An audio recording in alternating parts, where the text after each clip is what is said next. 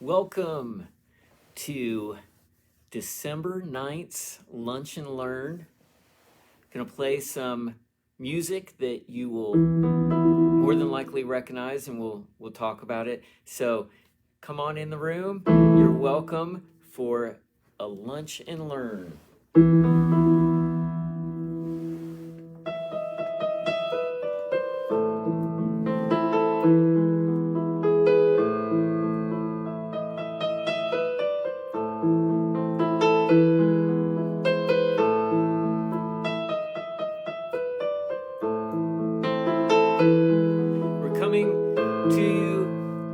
From the Kids Rock Room at Music Compound on North Cattleman Road, and just going to play some intro music while you're coming in the room.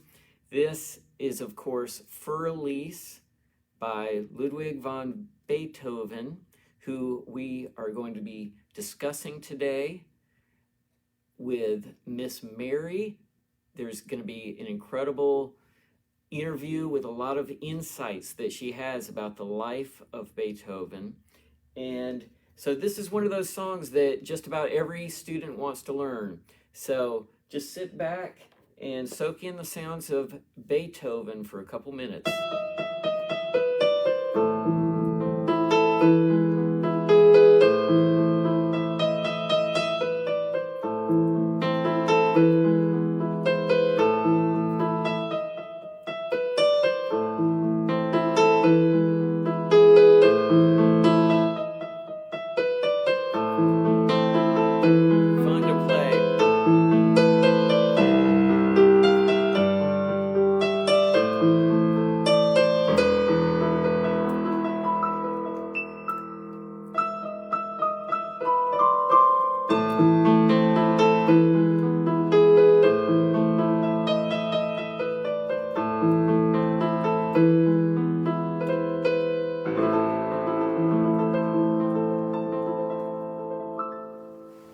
All right, so Fur Elise is such a fun song to play. So many people through all the time that I've taught piano have come to me asking to learn it. I know that a lot of the other piano instructors here as well, they hear it all the time that a student wants to learn Fur Elise. What makes it so special? And also, how is it so different from this piece?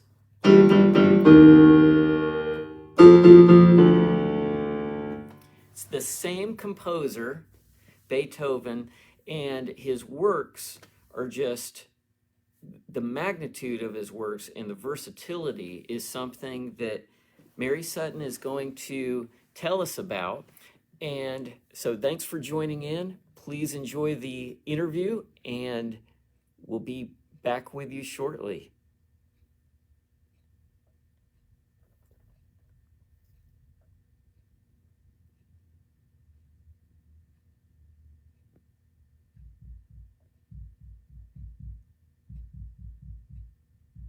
So we're here with Miss Mary talking about Wind Down Wednesdays, and it's really exciting, a cool opportunity to pair brilliant music with amazing wine and just have a relaxing time, soak in the music, soak in the joy of the season. And so Mary, you've got a lot of information and knowledge about Beethoven, and I didn't realize that we were celebrating his birthday this year, a momentous one. Can you tell us about that? This December 2020 is his 250th birthday. So wow. The whole month of December, we get to celebrate Beethoven. He was born in 1770 and he died in 1827. So he lived 57 years. He was from Germany, from Bonn, Germany. I knew he was from Germany, but I didn't know exactly where. And there was something that you were telling me earlier about how Beethoven actually got some of his inspiration. And I thought that was incredible. I was just picturing what was going on there in Germany. Can you share a little bit about that, his inspirations? a little bit of the geography. So the Rhine River flows right through Bonn, Germany. And so Beethoven would go for walks on the Rhine River, and that's where he got his inspiration. Amazing. Just God's nature out there, just walking with the Creator, getting these melodies. The thing with Beethoven is it's so varied. And I mean, my intro to him was, the fifth. That's about the extent. And then some Fur Elise. I know that his works, which you were very familiar with, they're varied. We've got, orchestral works, vocal works, harpsichord. Can you tell us some about that? Just the width and breadth of his works. Sure. So we call that the classical era. And classical music is kind of comes from that European tradition. So it's a little more reserved and serious and follows principles. And so he was kind of from that era. He wrote sonatas, for example, which are for one instrument and then might have 4 different segments or parts, or we call them movements in music. He wrote symphonies, which are like elaborate compositions for a full orchestra. Symphony comes from the Greek word sun, and which means kind of like together, and phony comes from the word for sound. And so it's like a full round sound experience. So that's what symphony means. That's awesome. That's the first time I'm learning that. And so that's really cool. I never knew that about symphony, just the roots of those words. And so, like, when he wrote various symphonies, what were some of the instruments in those symphonies that he was literally writing music for? Well, the orchestras had strings, had brass instruments, had woodwinds and percussions. An orchestra is just a lot of different families of instruments. There would probably be a harp and a piano in there as well. Eventually moved to Austria to work with Joseph Haydn, and he paid 24 cents for his first lesson with Joseph Haydn. Isn't that a deal? That's an epic deal. I wonder if he did 4 lessons that month. Got $1 together, and so wow. He was like supposed to be Joseph Haydn's student, and Joseph Haydn was very popular and everything.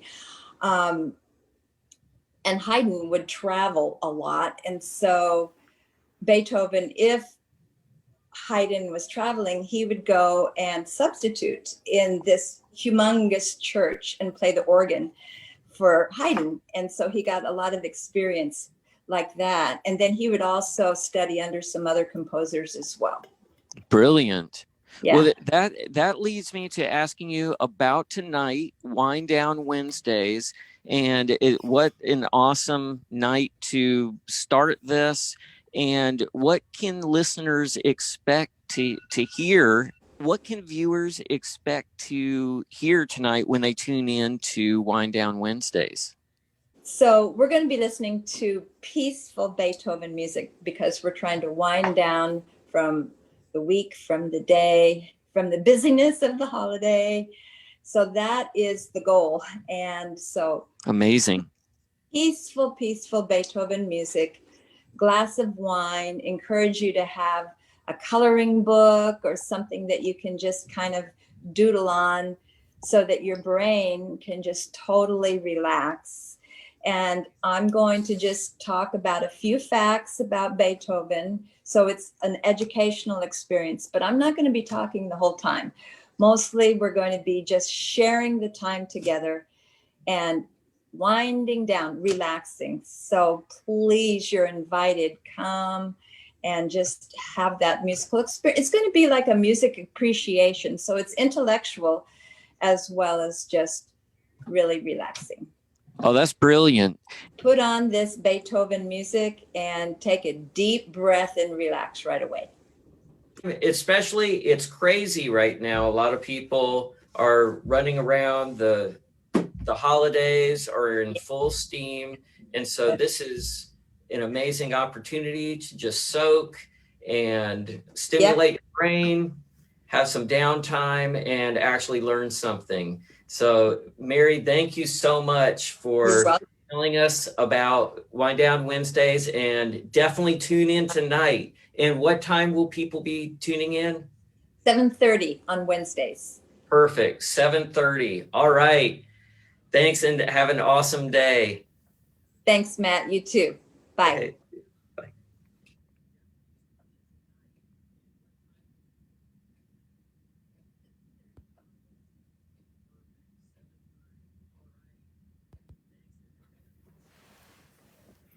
That was so much fun to interview Mary this morning, and really appreciate her insight into the life of Ludwig van Beethoven. Just loved hearing about his walks on nature and getting inspired by music. You know, Sting, the singer-songwriter, that's how he came to write a lot of his compositions, just walking around in nature, listening to rough tracks of what he had been working on, just in headphones, walking, and literally creating albums of work. And so, even though the temperatures have dipped, try to get it outside a little bit, some fresh air in these days. Wanted to play another holiday classical piece for you and talk about it. I've been teaching this one a bit lately. It's Carol of the Bells, and what's so fun about Carol of the Bells is that it's been said it's the most aggressive Christmas carol ever. And so, sounds like a dichotomy there. Aggressive Christmas carol. But if any of you have ever heard the Trans-Siberian Orchestra version of Carol of the Bells, you know what an aggressive Christmas carol sounds like. So this, in reading about this piece, it was actually composed in the Ukraine, and this piece did not start as a Christmas carol. The notes, particularly the three notes that repeat, the composer found these notes in some really old manuscript writings of old Ukrainian music and based the entire piece off of basically four notes. But I wanted to play that one for you and kind of break it down. And this is something that even with just the three notes, you can definitely have some fun playing this, even if you don't really play piano, but you walk to somebody else's residence where they have a piano.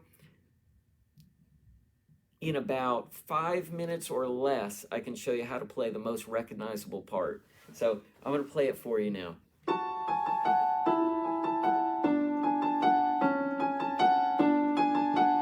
Live from the Kids Rock Room in MC Music Compound, North Cattleman, Sarasota, Florida.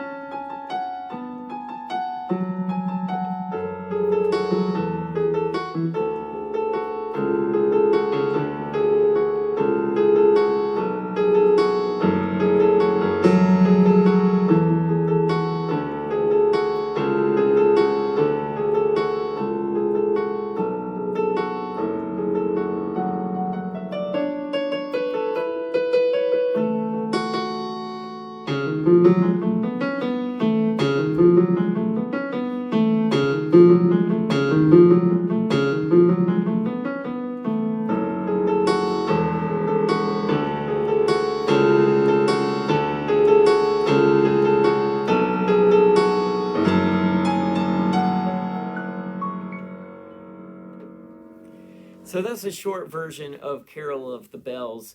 And there's a few things that are going on with that piece, we have a descending bass line in the key of F sharp minor, actually. But the part that I wanted to really talk about is that 3-note melody. So this particular version right here, I start on an A, and on your keyboard or whatever instrument you have, what you would do is you just go directly to the left and down from the A. You're going to hit a G sharp, and if you were on a fretted instrument, you would just go down 1 fret. So that's 2/3 of the most recognizable part of the melody. The next note is going to be the F sharp, which I tell total beginners that that is the first black key of the black key trio, the black key triplets, whenever you see all the 3 together. So we're looking for the first one of that. So we've got an A, go down 1, that's G sharp, go down another black key, that's F sharp. And this pattern happens.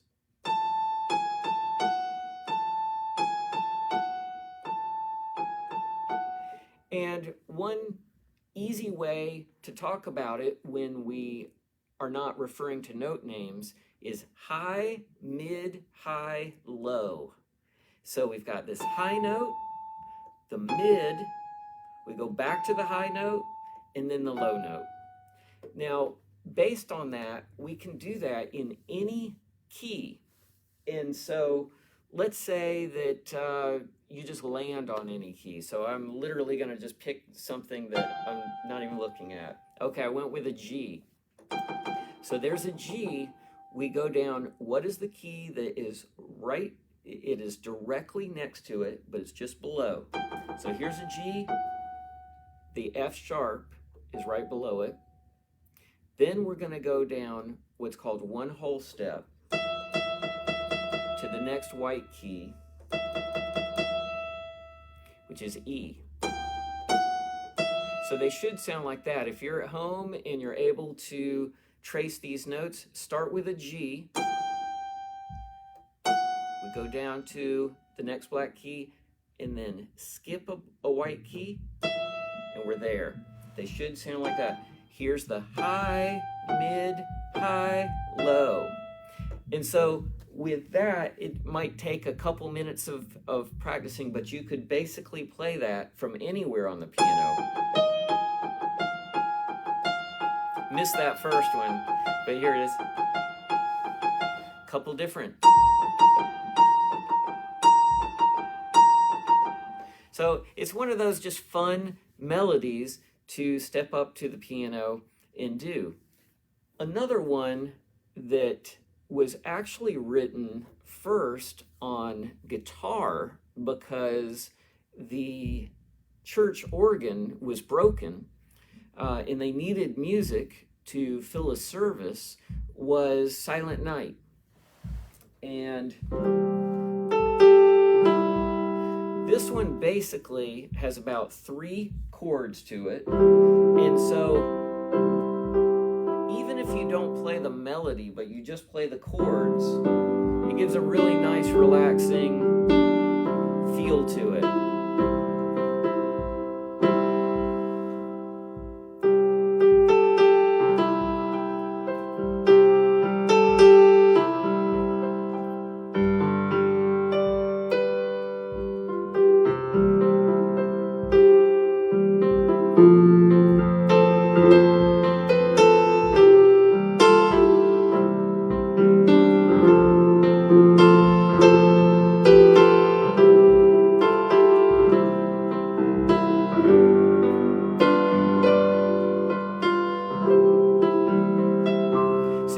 Recognize the song even though I was mainly just playing arpeggiated chords.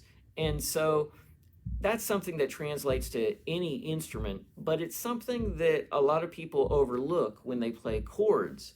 So a lot of times with beginning piano, the chords are just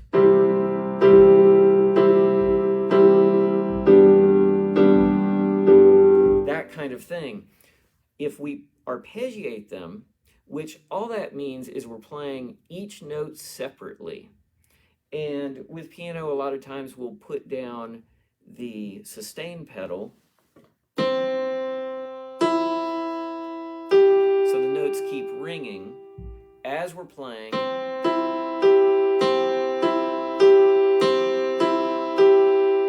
So you kind of get that fuller sound.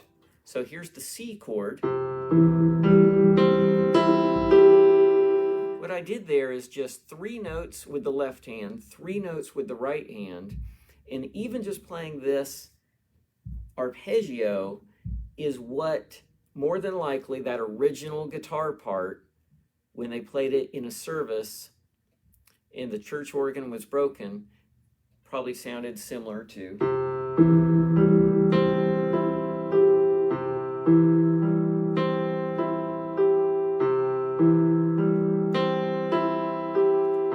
So that's one thing that you could do to prepare for tonight, for imbibing in some classical music and some wine, is to actually be able to just, if you do play, take a couple chords that you already know and play the notes separately with each hand.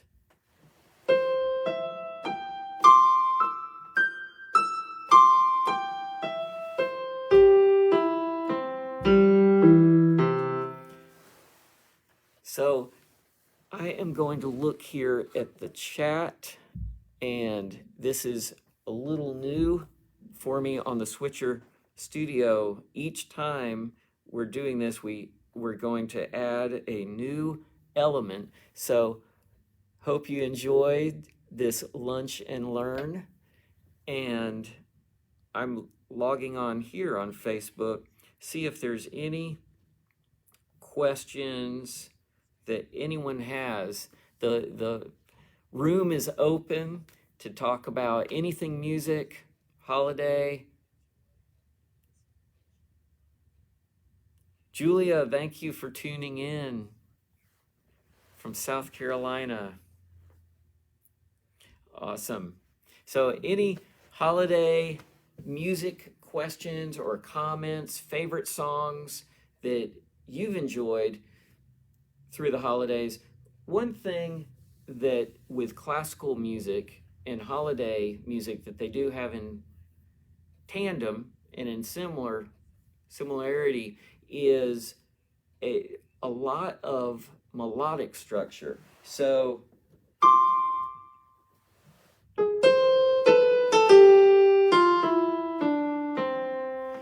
Joy to the World, love instructing that one.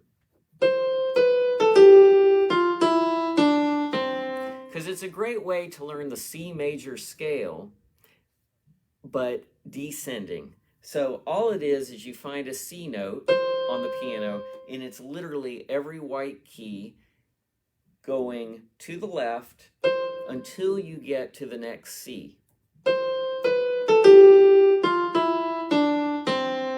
So on the rhythm on that, you just want to think about what are the lyrics. Joy to the world, the Lord is come. That type rhythm, you hear that, and it just brings back all sorts of memories, childhood, festivities.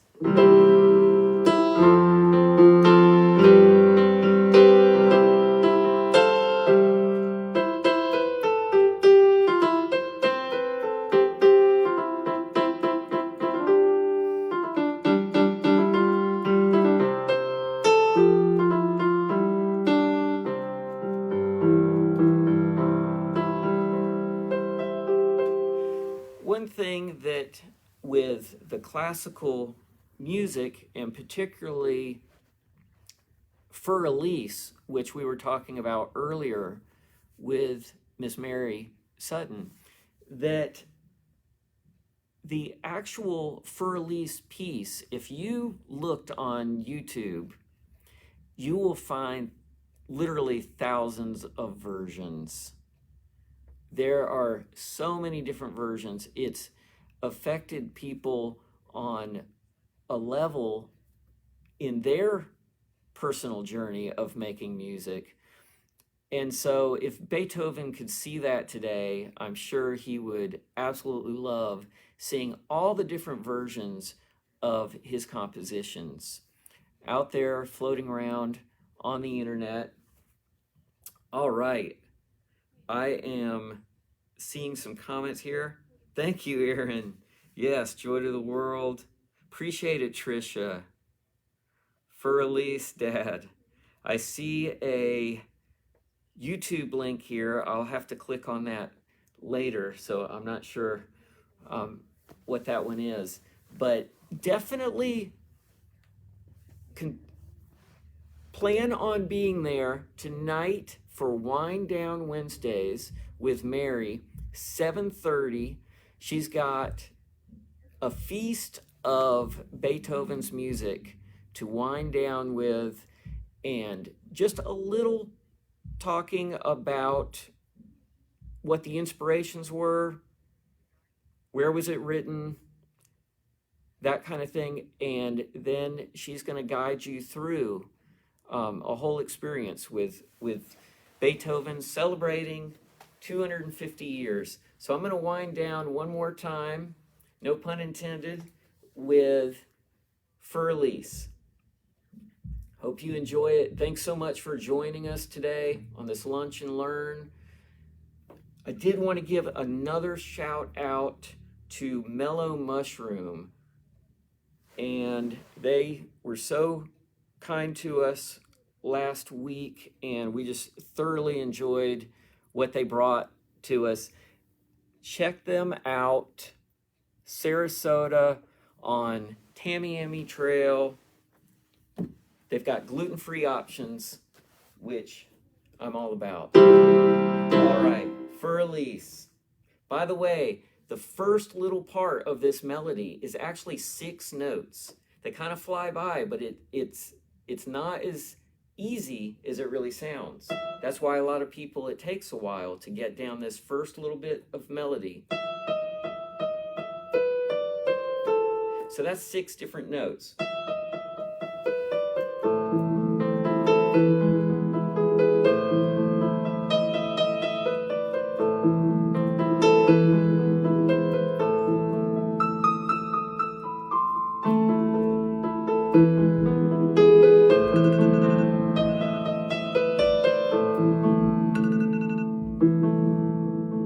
There's my 2-minute. So thank you so much for joining us.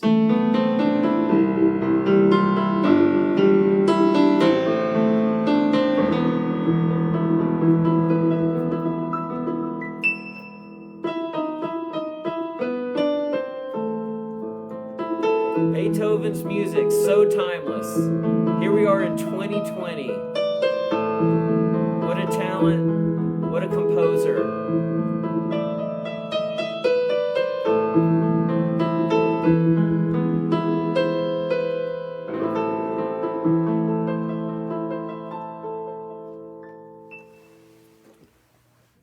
All right, checking out the stream here, and thanks again for tuning in. Make sure 7:30 tonight, Miss Mary Sutton, we're going to have an amazing program for you, for the MC members. Remember, we're here to inspire you, collaborate with you, and educate you.